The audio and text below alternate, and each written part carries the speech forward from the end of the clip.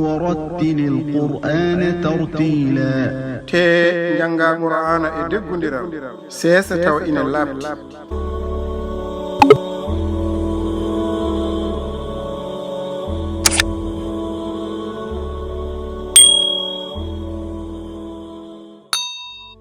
بسم الله الرحمن الرحيم simore nuhu e inde Allah jurumdero jurmotoɗo إنا أرسلنا نوحا إلى قومه أن أنذر قومك من قبل أن يأتيهم عذاب أليم minen neli nuhu faade to leñol mum eno jertin leñol ma ko adinde ina ara he mumen lebte musde قال يا قوم إني لكم نذير مبين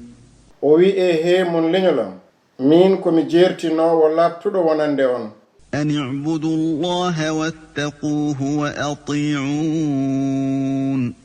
eno ndewe Allah te kulemu kadi ɗowitoɗon mi يغفر لكم من ذنوبكم ويؤخركم إلى أجل مسمى إن أجل الله إذا جاء لا يؤخر لو كنتم تعلمون o yaafo on bakkatuji mon kadi o neɓna on faade e happu innaɗo tigine happoore Allah nde so ari on neɓnantaake sinno fof on laatinoma oɗon gandi قال رب إني دعوت قومي ليلا ونهارا o wi joomam min de mi noddi leñolam jamma e ñalawma فلم يزدهم دعائي إلا فرارا kono noddaandu am ɓeydaniɓe so wona dogdu وإني كلما دعوتهم لتغفر لهم جعلوا أصابعهم في آذانهم واستغشوا ثيابهم وأصروا واستكبروا استكبارا te kala nde noddumi ɓe ngam jaafoɗaaɓe ɓe mbaɗa kolli maɓɓe nder noppi maɓɓe ɓe murno comci maɓɓe te aɓena ndooki jokki mawnikini kala mawnikinaare ثم إني دعوتهم جهارا refti mi noddiiɓe daande dow ثم إني أعلنت لهم وأسررت لهم إسرارا refti mi waɗi jeengal wonande ɓe te mi haalaniiɓe e suunde kala cuuɗgol فقلت استغفروا ربكم إنه كان غفارا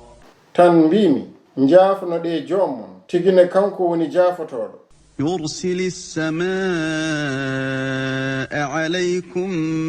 مدرارا mbele omo tellina ummoraade e kammu ngu toɓo wonande on ويمددكم بأموال وبنين ويجعل لكم جنات ويجعل لكم أنهارا e o ɓeydana on jawdi e ɓiɓɓe worɓe kadi o waɗana on nambuuji kadi o waɗana on caalli ما لكم لا ترجون لله وقارا holko waɗi on njortontaako Allah rewrude ɗum fodde وقد خلقكم أطوارا e jaati o tagi on e dottooje ألم تروا كيف خلق الله 7 سماوات طباقا mbele on jiyaani hono Allah tagiri kammuuji jeeɗiɗi ombondirɗi ɗi وجعل القمر فيهن نورا وجعل الشمس سراجا o waɗi lewru ndu nder majji lewlewal e o waɗi naange nge fitirla lampa والله أنبتكم من الأرض نباتا te Allah funnani on ummorade e leydi ndi puɗi ثم يعيدكم فيها ويخرجكم إخراجا refti o rutta on he mayri kadi o yaltina on kala jaltingol. والله جعل لكم الأرض بساطا ko Allah waɗani on leydi ndi berteteeri لتسلكوا منها سبلا فجاجا ngam mbawon yaade e dow boli mayri jaaji ɗi. قال نوح رب إنهم عصوني واتبعوا من لم يزده ماله وولده إلا خسارا nuhu wi joomam tigini ɓe ngoofi kam jeddi kam te ɓe ndewi on mo jawdi mum e ɓiɓɓe mum ɓeydata ɗum so wona ɓelsere. ومكروا مكرا كبارا aɓe ngundo gundare mawnde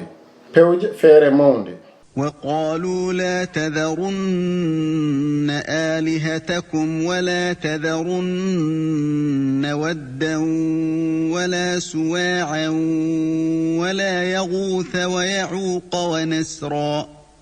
ɓe mbi hoto goppe allaji mon tene hoto goppe wudda wona kadi suwa an wona kadi yahusa wona kadi ya'uga wona kadi nasran. وقد أضلوا كثيرا ولا تزد الظالمين إلا ضلالا te ɗi majjini hewɓe ala kadi ko ɗi ɓeydata majjuɓe so wona majjere. مما خطيئاتهم أغرقوا فأدخلوا نارا فلم يجدوا لهم من دون الله أنصارا ko goopi maɓɓe mbaɗi haa ɓe njoola kadi ɓe nanna jeyngol te ɓe dañano gaaga Allah paabotoɗo. وقال نوح رب لا تذر على الأرض من الكافرين ديارا nuhu wi joomam hota woppu hay jeddowo gooto hoɗo e dow leydi ndi. إنك إن تذرهم يضلوا عبادك ولا يلدوا إلا فاجرا كفارا tene tigi an sa woppiɓe ɓe majjina jiyaɓe maɗa te ɓe jibinta so wona pankoriɗɗo fajiri jeddowo. رب اغفر لي ولوالدي ولمن دخل بيتي مؤمنا وللمؤمنين والمؤمنات ولا تزد الظالمين إلا تبارا joomam ya yaafomi kadine e wonande jinnaɓe am e kadine on naɓɗo suudu am ina woni gonɗinɗo e wonande gonɗinɓe worɓe e gonɗinɓe rewɓe hota ɓeydan toñoɓe so wona boomare.